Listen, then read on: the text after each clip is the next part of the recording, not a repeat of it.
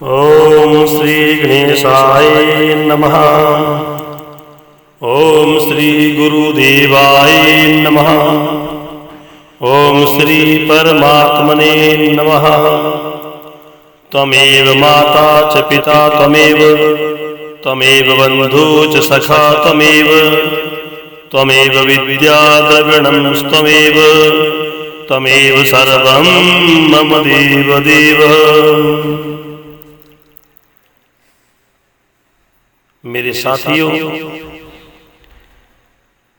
मैं लेके आ रहा हूं श्रीमद् भागवत गीता के महात्म्य, और मैं ये चाहूंगा कि पितरों के पक्ष में अपने पूर्वजों की आत्मा की शांति के लिए, अपने परिवार के कल्याण के लिए, पितृदोष की निवृत्ति के लिए आप नित्य प्रति अपने घर में, अपने परिवार में, अपने कारोबार में, अपने कारखाने में गीता महात्म्य का पाठ श्रवण करें। साथियों, जैसे आप जानते हैं कि गीता का ज्ञान, गीता का उपदेश पूर्ण ब्रह्म अवतार भगवान श्री कृष्ण ने कुरुक्षेत्र में महाभारत के युद्ध के पहले अर्जुन को दिया था। लेकिन साथियों, ये गीता का ज्ञान कुरुक्षेत्र के युद्ध में भगवान ने दिया था, अर्जुन को समझाया था। लेकिन साथियों, ये गीता का ज्ञान हमारे उपनिषदों में इसका वर्णन है। ये सत्य है, ये सनातन है, ये पूर्ण ब्रह्म है, ये आत्म तत्व के बीज है। साथियों, गीता ज्ञान के द्वारा, तत्व ज्ञान के द्वारा श्री हरि ने, कृष्ण भगवान ने धर्म की स्थापना करने के लिए, अधर्म का विनाश करने के लिए गीता के परम ज्ञान को अर्जुन को सुनाया। लेकिन साथियों, उस ज्ञान का महात्म्य क्या है, मैं आज लेके आ रहा हूं गीता ज्ञान, गीता का महात्म्य, प्रथम अध्याय का महात्म्य। साथियों, विदित है, आप सभी जानते भी हैं कि भगवान महादेव नित्य निरंतर अपने आराध्य देव श्री हरि का स्मरण करते हैं। लेकिन हरि के अवतार पूर्ण ब्रह्म श्री राम जी, कृष्ण जी या पूर्ण ब्रह्म श्री हरि विष्णु जी, भगवान शंकर महेश्वर का ध्यान करते हैं। साथियों, महादेव और पार्वती विदित है, आप जानते हैं कि कैलाश पर्वत के चोटियों पर मानसरोवर के सानिध्य में कैलाश पर्वत के ऊपर पार्वती के साथ शिवलोक में निवास करते हुए रमण करते हैं। साथियों, एक समय की बात है कि भगवान देवादेव महादेव अपने आराध्या श्री हरि का सुमिरन कर रहे थे, तो माँ पार्वती ने महेश्वर से गीता के महात्म्य के बारे में सुनने का आग्रह किया, हरि की कथा का रहस्य सुनने का आग्रह किया, गीता के तत्व ज्ञान को जानने का आग्रह किया।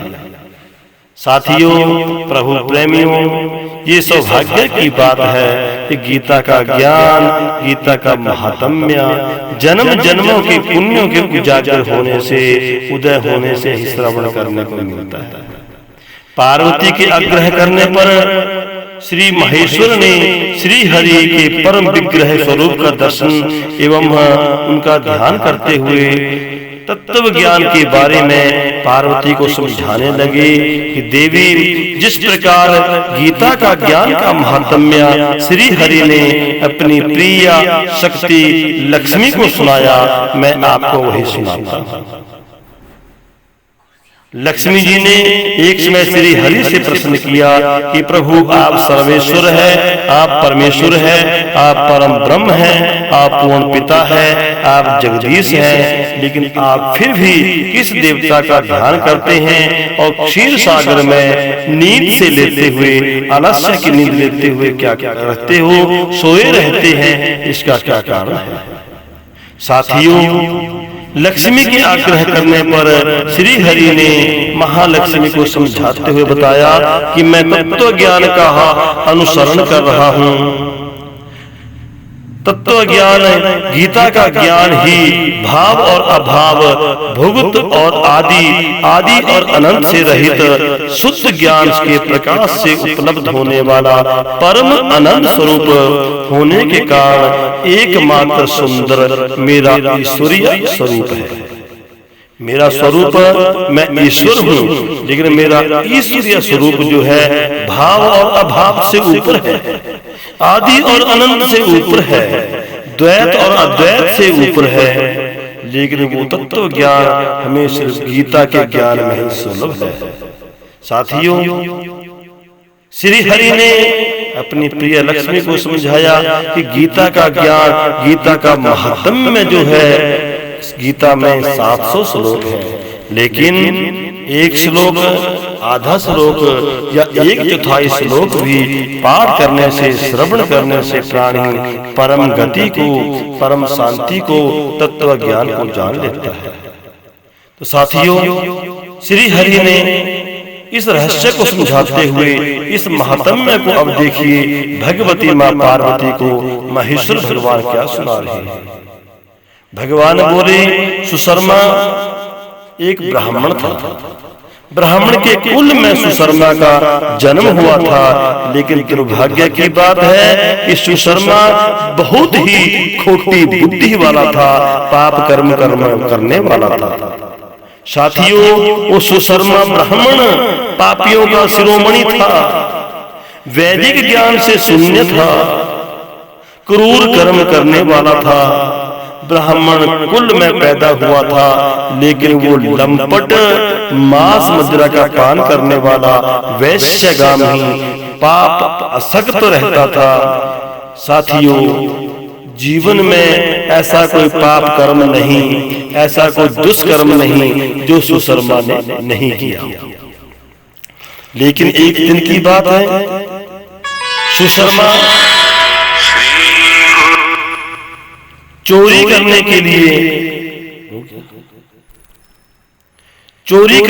लिए एक समय ऋषि के आश्रम में जाते हैं, लेकिन दुर्भाग्य से ऋषि के आश्रम में चोरी करने से पहले ही एक भयंकर सांप के काटने से उस सुशर्मा की मृत्यु हो जाती है, वो काल के गाल में चले जाते हैं।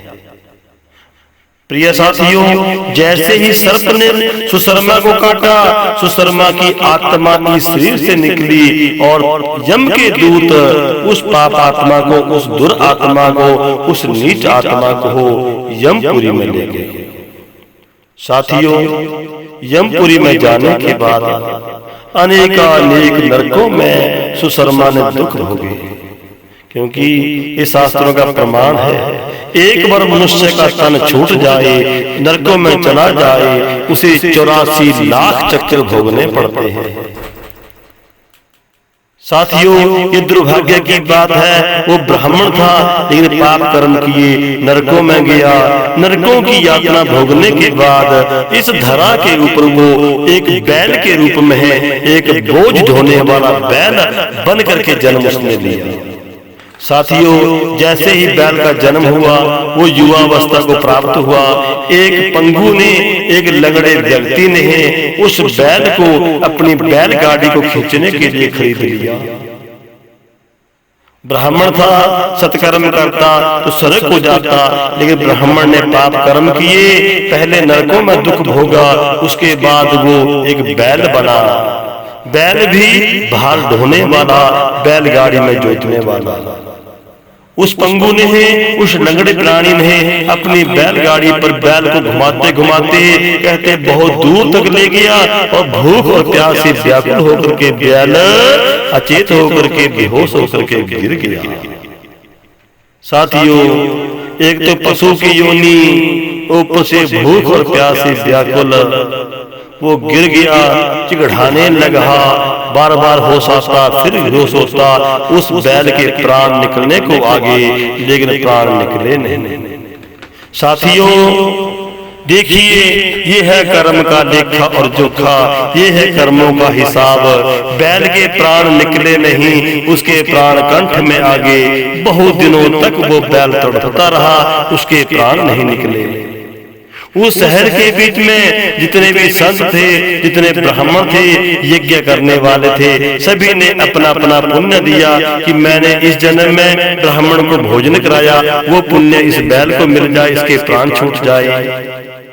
संतों ने जाप किया, संतों ने संकल्प किया, मैं जो भी जाप किया उसका पुण्य मैं इसे देता हूं, उसके प्राण छूट जाए। लेकिन साथियों, उस पापी ब्राह्मण के बैल के रूप में प्राण नहीं छूट रहे थे। देखा देखी में उसी सभा में एक वैश्या भी खड़ी थी। आप जानते भी हैं कि वैश्या का स्वभाव, वैश्य के कर्म नीच कर्म ही होते हैं, पाप कर्म ही होते हैं। साथियों, देखा देखी के बीच में वैश्य ने भी अपने हाथ में पानी लिया और उसने भी संकल्प कर दिया कि मैं भी संकल्प करती हूँ कि इस पुण्य के प्रभाव से उस बैल के प्राण छूट जाए, उसकी दुर्गति से वो बच जाए। साथियों, भगवान भोलेनाथ महेश्वर भगवान माँ पार्वती को सुना रहे हैं। क्या सुना रहे हैं कि जैसे वैश्य ने संकल्प किया, उस बैल के प्राण छूट गए। आत्मा को यम के दूत यमराज के पास लेकर के गए। अभी तक प्राणी ने, उस पापी दुरात्मा ब्राह्मण ने नरकों की यातना भोगनी थी, लेकिन जैसे ही यमपुरी में यम के दूत लेके गए, यमराज ने उसे तुरंत छोड़ करके उसे पापों से मुक्त करके धरा के ऊपर दोबारा एक धर्मनिष्ठ परिवार में है, राजा के कुल के परिवार में उसे जन्म दे दिया। जैसे ही जन्म हुआ, इस रहस्य के बारे में कोई समझ नहीं पाया। संतों ने पुण्य किया, ब्राह्मणों ने दान दिया, भक्तों ने दान दिया, सत्कर्म करने वालों ने दान दिया, लेकिन बैल की दुर्गति से ना बचे। लेकिन वैश्य ने जैसे ही दान दिया, वैश्य के दान करते ही उसकी सद्गति हो गई। साथियों, जैसे ही उस सुशर्मा का जन्म राजा के कुल में हुआ, लेकिन पूर्व जन्म के वैश्य के दान के प्रभाव से उसके पूर्व जन्म की स्मृति बनी रही। मतलब पूर्व जन्म का ज्ञान बना रहा कि मैंने कौन सा पाप किया और मैं कहाँ जन्म हुआ। साथियों, तो वो मनुष्य का तन पाने वाले राजा के कुल में उत्पन्न होने वाले उस ब्राह्मण के स्वरूप ने उस वैश्य के पास आकर के हाथ जोड़ करके चरणों की वंदना की। वैश्य के चरणों में प्रणाम किया कि देवी, तुमने जो दान किया है उस दान से मेरी सद्गति होगी, तो आप मुझे कृपा करके ये बताइए कि तुमने कौन सा दान किया, तुमने कौन सा दान किया, ये आप बताइए। तो देखिए, वैसे कहते हैं कि महाराज मुझे पता नहीं मैंने कौन सा दान किया। तुम्हें पता नहीं दान कौन सा किया, मेरी सद्गति होगी, कुछ तो तुमने बोलना होगा संकल्प करती बारी। तो वैसे कहते हैं कि महाराज मैंने जीवन में कोई अच्छा काम नहीं किया और ना मेरे पास कुछ दान देने के लिए था, लेकिन सामने पिंजरे के बीच में मेरा तोता है, वो कुछ बोलता है, तो मैंने वही संकल्प किया, जो तोता बोलता है वो पुण्य तुझे मिल जाए। तो तोते से पूछा कि तुमने कौन सा रहस्य का, तो तोते ने बता दिया कि मैं पूर्व जन्म में मैं एक ब्राह्मण के कुल में मैं एक विद्वान ब्राह्मण था, लेकिन विद्वता के अभिमान से मोहित होकर के मैं प्राणियों से ईर्ष्या करने लगा, गुरु की निंदा करने लगा, मैं प्राणियों से जड़ने लगा, मैं पाप कर्म करने लगा, माता पिता का अपमान करने लगा। साथियों, मैं विद्वान था लेकिन मैं आदर्श से हीन हो गया, मैं सत्कर्म से हीन हो गया। साथियों, पूर्व जन्म में के पाप से, यज्ञ के प्रभाव से मैं अगले जन्म मुझे सुख की योनि मिली। सुख की योनि मतलब मैं एक तोता बन गया। तोते का जन्म हुआ, जन्म के बाद मेरे माता पिता भी मर गए। जब मैं बालक ही था तो क्या हुआ कि मैं रास्ते में गिरा पड़ा था, सामने से संत आ रहे थे, संतों ने उठाया और संतों ने अपने आश्रम में ले आया। संत नित्य प्रति गीता के प्रथम अध्याय का पाठ करते थे और मैंने भी वही सुन लिया। संत तो 24 घंटे पाठ करते रहते थे, लेकिन मैंने सिर्फ आधा श्लोक ही सुना और मैं आधा श्लोक ही नित्य प्रति बोलता हूँ। साथियों, देखिए विधि का विधान। संतों ने वचन बोले, तोते ने सुने। तोते को आधे का श्लोक याद हो गया। एक दिन चोर जाते हैं, संतों के आश्रम से तोते को चुरा करके लाते हैं और बाजार में बेचते हैं, और उधर वैश्य के पास धन तो होता ही है, वैश्य ने उचित दाम दे करके तोते को खरीद लिया। साथियों, वो तोता पूर्व जन्म में वो भी ब्राह्मण था, सुशर्मा ब्राह्मण था, बैल बना, आज राजकुल में पैदा हुआ। साथियों, जैसे ही उस तोते ने कहा कि संतों ने जो वचन बोले थे वो वचन कौन थे, वो गीता के पहले अध्याय का 1/4 हिस्सा था।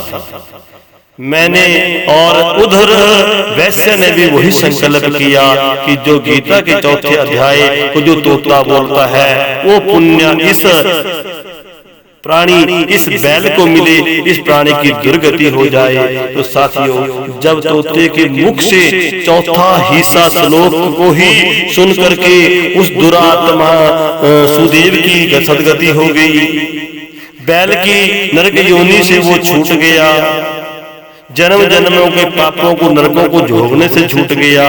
तो साथियों, ये गीता का महात्म्य, गीता के महात्म्य में 700 श्लोक हैं, लेकिन साथियों ये प्रथम अध्याय के 1 श्लोक के 4थे हिस्से का ही महात्म्य है, पुण्य है। तो साथियों, मैं यही चाहता हूँ कि आप श्राद्ध के पक्ष में, पितरों के इस पक्ष में, अपने पितरों के, अपने दिवंगत आत्माओं के, अपने पूर्वजों के द्वारा भी यदि जाने अनजाने में कोई पाप कर्म हो गए हो, उनके प्रति आप इस गीता के महात्म्य का पाठ करें।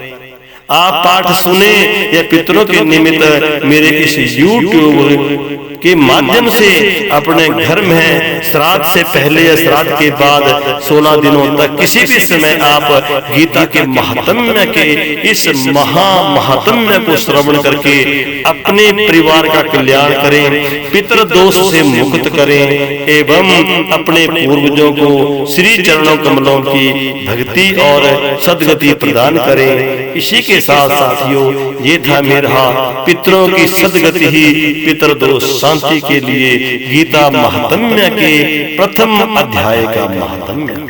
साथियों, यही प्रयास है कि आप अपने पूर्वजों का श्राद्ध आज की तिथि में है, अच्छी बात है। इस श्राद्ध ना भी हो तो भी श्राद्धों के इस पितृपक्ष में नित्य प्रति गीता के 18 अध्यायों के महात्म्य का आप श्रवण करें। अपने YouTube के माध्यम से, ऑडियो वीडियो के माध्यम से अपने घर के पितरों के लिए निवेदन करें, या खुद पाठ कर लें या पढ़ लें, या मेरे इस छोटे से प्रयास से आप जुड़ करके अपने पितरों को सद्गति प्रदान करें। इसी के साथ एक बार आप परमात्मा के पूर्ण मंत्र, पूर्ण ब्रह्म मंत्र ओम नमो भगवते वासुदेवाय, त्वमेव माता च पिता त्वमेव, त्वमेव बंधु च सखा त्वमेव, त्वमेव विद्याश्च द्रविणं त्वमेव, त्वमेव सर्वं मम देव देव।